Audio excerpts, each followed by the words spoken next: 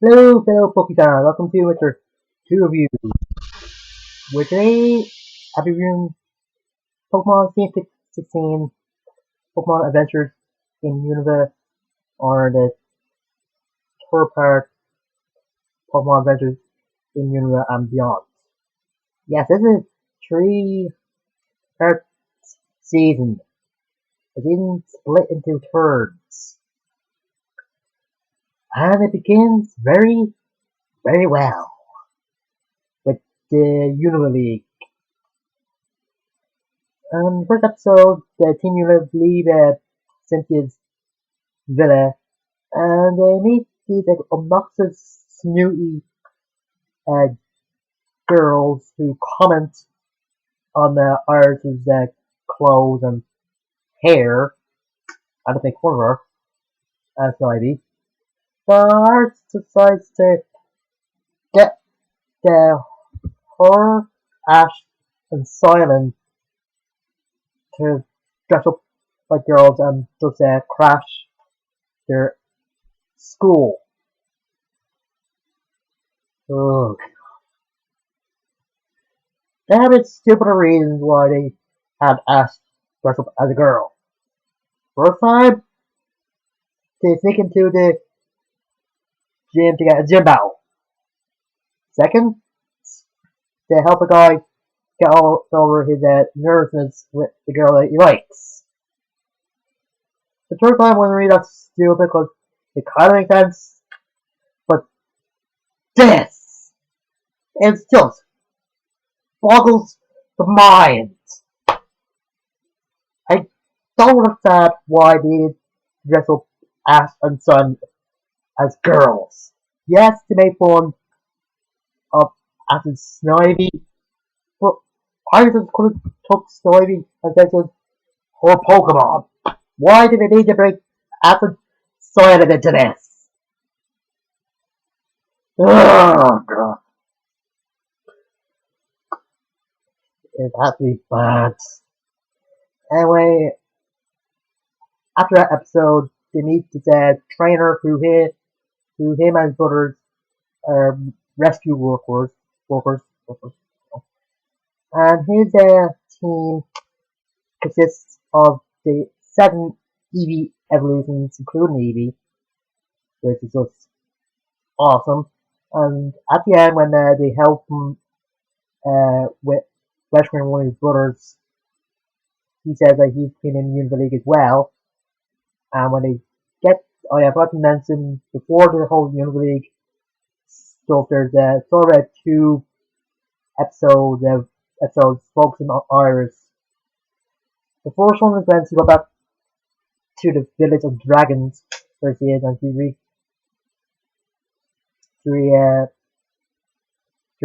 she re-meets her old friend Dana, Sonic, I don't know, and the village elder, and she just said do some stuff to calm a Hydreigon down. I don't know if I pronounced that right, but I don't really care right now, but right there later.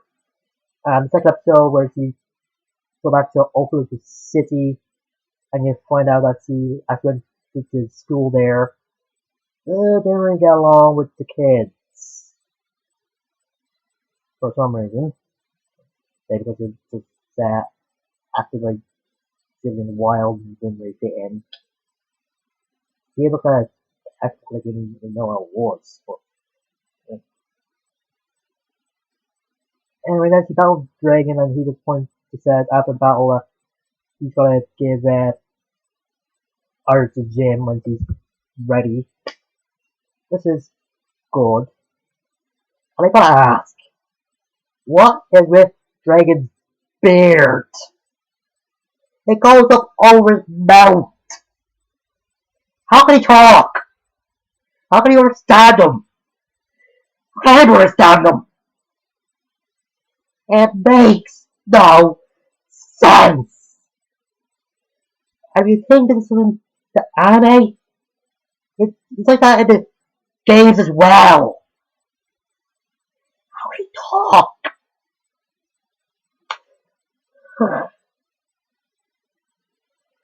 Anyway, with the asking that run into Stefan and Bianca and Trip, who is loud as ever, and the Eevee trainer. I think the battle in the in the league are okay. Oh yeah, and also meet Cameron there, and he nearly gets the Rester. That's what who he is. And the first match after being in is against Trip and his superior. And you think he's gonna lose, but no, he wins. And Trip just leaves at the slabs. But he would have a missed opportunity with Trip. They're gonna have so many guns. Like you said, they're gonna kept the fact that he takes pictures with a camera to make memories or something. Oh, couldn't have that. And like I said, the battles are okay. And there is a filler episode that is just not needed. After you just get separated from ours and the Pokemon find him and they got Boulder to attack them because either Ocelot or Scraggy ate all the food they left for the um, Trubbish. But yeah, I can't remember. It's just that boring. And anyway, as Pete says, Stephen, I don't know anymore. Oh yeah, when they do meet up with Steven again after he say his name right, it's like ecstatic. It's like the word joke is over. And the match against Cameron and Ash is pretty good, even though Cameron forgets as a 6v6 and he only has 5 Pokemon. But the biggest problem that everybody has with now is when his Yolu evolves into a Cario in the middle of the battle. I don't know what the problem is. I think it's cool. I really like Lucario. That's my favorite Pokemon. I think it's good. Anyway, Astros loses comes in top 8 for a third time. And Cameron loses to the Eevee trainer who wins the whole thing. Azar ends the same way as the Indigo League, where Astros at the stadium and remembering all the jobs he has as the team is just playing in the background. And then they got a call from Professor Junior's father telling him about the White Ruins. Saying they found something and just go there, or just travel there. This is when the end arc starts. Yeah. And it's, well, I just take up Team Plasma. In the game, they're like Pokemon version of PETA. They're trying to separate Pokemon from humans so they think they're being oppressed or something. So I guess this just wants the Pokemon to start a war between Pokemon and humans. In this, they try to mind control Pokemon. Yeah, and that's just a good plot. I think Team Plasma in this is better than the Team Plasma in the game. And that's the fan episode where Team Rocket actually faces Team Plasma. I forget why it's banned, but probably because of an earthquake or something. Anyway, and it's a good character. During like gym battles, and you can understand. I was like in general, so, and you can understand the feelings of Pokemon. But there's one thing I don't get. And that's when you start traveling with the Team Universe, and they meet this trainer whose Pokemon assists them with like damage control or something. And he said he isn't happy that he used them for for a purpose. And when he accepts it, he says that he approves of it. Why does it matter if if he approves it? Not like he's gonna go through the mayor of the town or something and tell him to fire the guy or something down or something else. His opinion doesn't matter in this case. Ugh. Oh yeah, and before Ed started traveling with Ash and that, they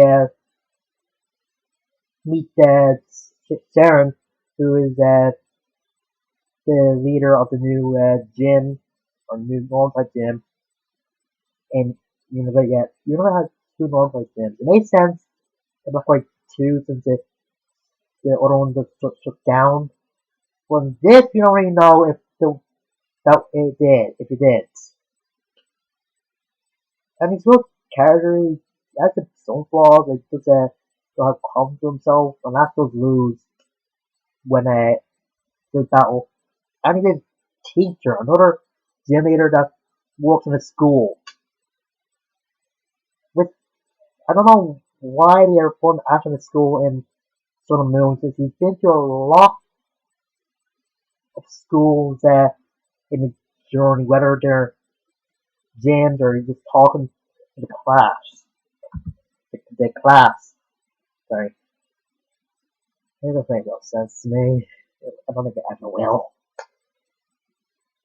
Anyway, when they do get to the White Ruins, Team Plasma is there well, and they're just looking for um the White Orb. Oh yeah, I forgot to mention that Star Jar comes back in this series as well, and they actually talk about them like their past together, and it's all scenes from like the Indigo League, the Orange Island when he obeyed Ash, and the Johto League, and the Battle Frontier. I have to do new animation for it and put in the new voice actors' voices. And I have no disrespect for new voice actor or actors for Ash.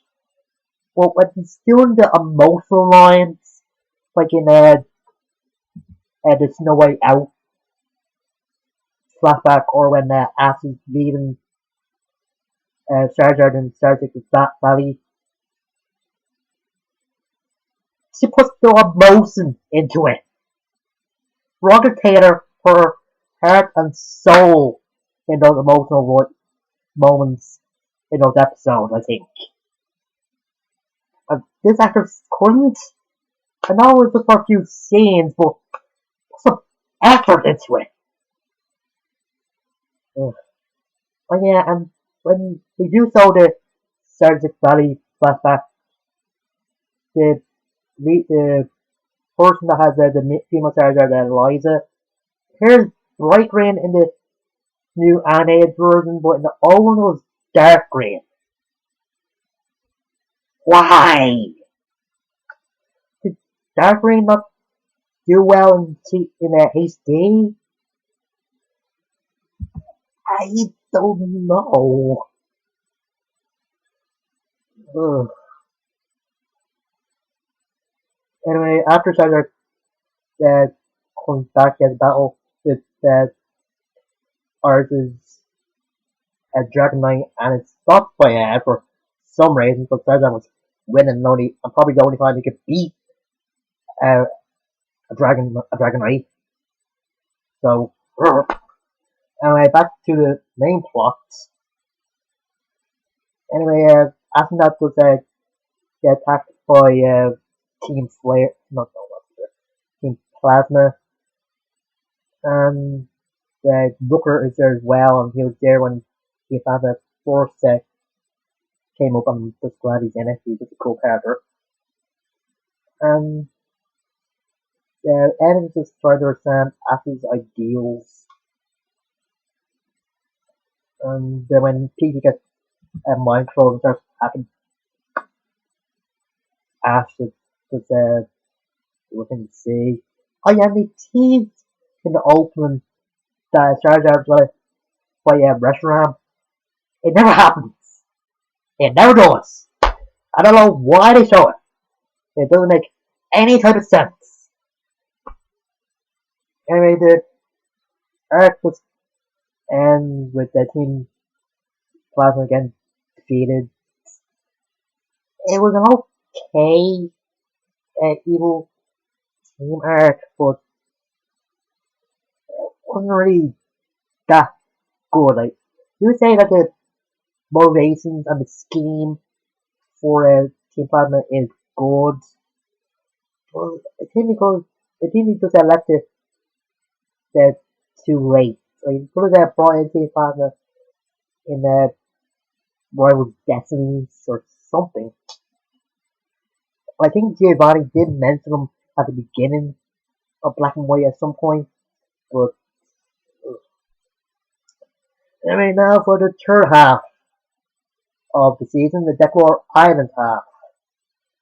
This is where the team members are just deciding what to do since they're done with the league, they're done with the White Ruins, so what else there to do?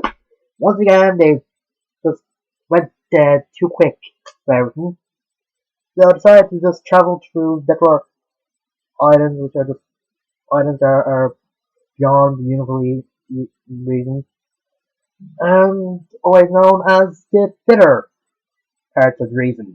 So there's all filler, some connect to anything. There's some good episodes, like the Jurassic one with this little girl that wants Jurassic to help her dad grow uh, some stuff, or the Zorak episode where the Zorak used to help out another Joy, but she left, and it's still there.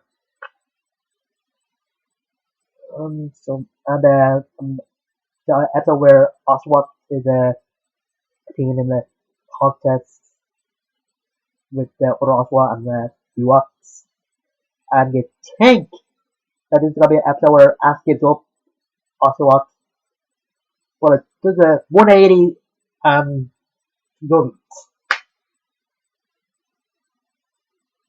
And things don't really get. I think things get better when they introduce Alexa and her Helioptile. Yes, this is part when they actually introduce stuff from the XY games before they actually come out. And first episode is in the Berry contest or Harrison thing, and Ash gets in a fight with this kid that looks and sounds like Marison Mason, his rival from the Holy League, and Ash enters his Pig Knight into a sumo contest, and he wins. And the episodes from there are just great. There's an episode where they go to an island that has Pokemon that evolve by stones, and an episode we have has something to do with a legend with ghost Pokemon, and a one where Alexis Go-Go is helping out a kid get his father. Oh yeah, and also one where these Pokemon that were abandoned by their trainers are seeing stuff from the boat, and they actually become the new lifeguards of some place. And again, they bring up Tepig's owner and Snivy's leaving her trainers, but they never really go into it. They don't really get that much thought into the characters of them. That's just about word. Anyway, when everything is done and they're actually at the Kanto, Iris and Silent decide to go to Johto. Oh yeah, I forgot to mention that there's an episode with Claire, the Blackthorn gym leader, and she lost her Dragonite. And I've said it's the Dragonite that he faced that helped him Rocket, except the one that Claire has is female, and I think the one that he faced was actually male. But whatever, and she's just there to find a shiny dragon? Yeah, I think dragon. Arthur gives a backstory on how he became a fan of dragon types, and that when he was younger, he's actually afraid of them. Yeah, that's weird. Anyway, as I was saying, Simon and Art decided to go to Johto with Art wanted to challenge Claire, and Art and Simon wanted to enter in a fishing lure contest hosted by this guy that's actually in a horror region, but don't know. And that's what leads Ash and Alexa going to Palatown and Alexa interviewing Professor Oak and Ash is going to his house. And when he does go to his house, his mother is there, as well as Miss Mime. And goes to his room, you see a lot of stuff on his desk, like the wooden table that May game, or vases, and a lot of other things. That's a real evil idea, or see what they are, I think. But that's just what my opinion is. And then after Professor Oak, and he was talking to Expo, uh, after his Bulbasaur, and then Bulbasaur was releases a sword in that signal after his Universe Pokemon. And when Professor Oak meets Lex's Noivern and puts his head in its ears, it's just hilarious. It just is. And then there's a part where after talking himself in, mostly getting stronger, and I just seeing images of all his happy companions and Max and Gary, who's probably himself that he will be a Pokemon Master and pointing the hand up to the sun. Then it just shows man that he can go into the Kalos region to face the Kalos League with Alexa bringing him. And I think, by the way, Ashnam looks as he's upset, but he isn't, and he's getting new clothes. And when at the airport, after promising his mom to like go win the Junior League, Kalos League, but he doesn't. But my opinion on that. I'll probably give it again one of the F1Z series, but whatever. And it just ends there. And there is two successful episodes with Iris and Silent, with Silent meeting Brock, and they're both trying to hunt down this Gyarados, which is just good, and you don't really tell each other their names, other than Ash.